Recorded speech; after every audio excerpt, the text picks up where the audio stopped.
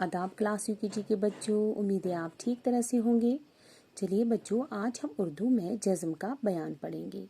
जज़्म का जो निशान है, ये ब्रैकेट्स में जो आपको नज़र आ रहा है छोटा दाल जैसा, ये जज़्म है। ठीक है, आप याद रखना, इसको जज़्म कहते हैं। जब किसी हर्फ पर जज़्म हो, ये अलामत हो, ये निशान हो,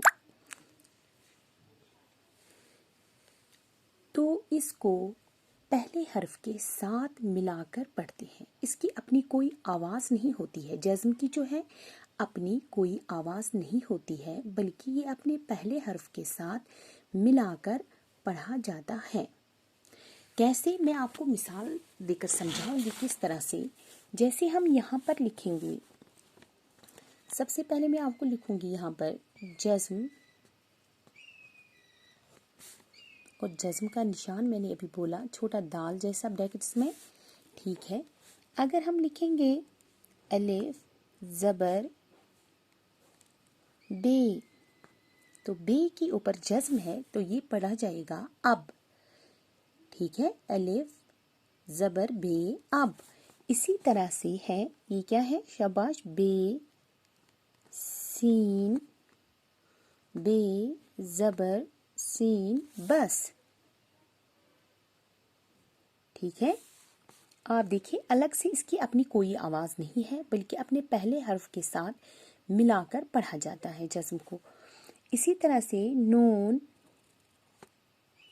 ज़ेर बे निब, तो ये मैंने आपको जज़्म दिखाया कि किस तरह इसका इस्तेमाल होता है, और जज़्म जो है ये अपने पहले हर्फ के साथ मिलाकर पढ़ी जाती है।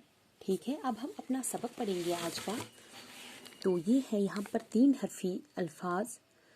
ठीक है, आप देखिए यहाँ पर है गरम, पढ़िए आप मेरे साथ, गरम, मीम पर जज़्म है। मीम पर क्या है, जज़्म, गरम।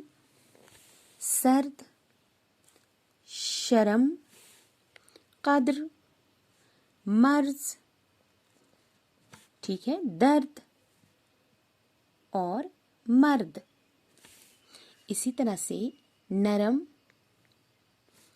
करम, अर्श, फर्श, हश्र, खबर, जिस्म, बर्फ, अक्ल, शक्ल, अदब, सबक। इसको आप बार बार पढ़िए ताकि आपको अच्छी तरह से जज़्म वाले अल्फाज की पहचान हो जाएगी। ठीक है, आपने याद रखा होगा कि जज़्म का निशान कैसा है, और जज़्म जो है, जज़्म अकेले नहीं पढ़ा जाता है, अकेले इसकी अपनी कोई आवाज़ नहीं है, बल्कि ये अपने पहले वाले हर्फ के साथ मिलाकर पढ़ा जाता है। ठीक है, मुझे उम्मीद है आज का सबक आपको अच्छे से समझ आया होगा। शुक्रिया।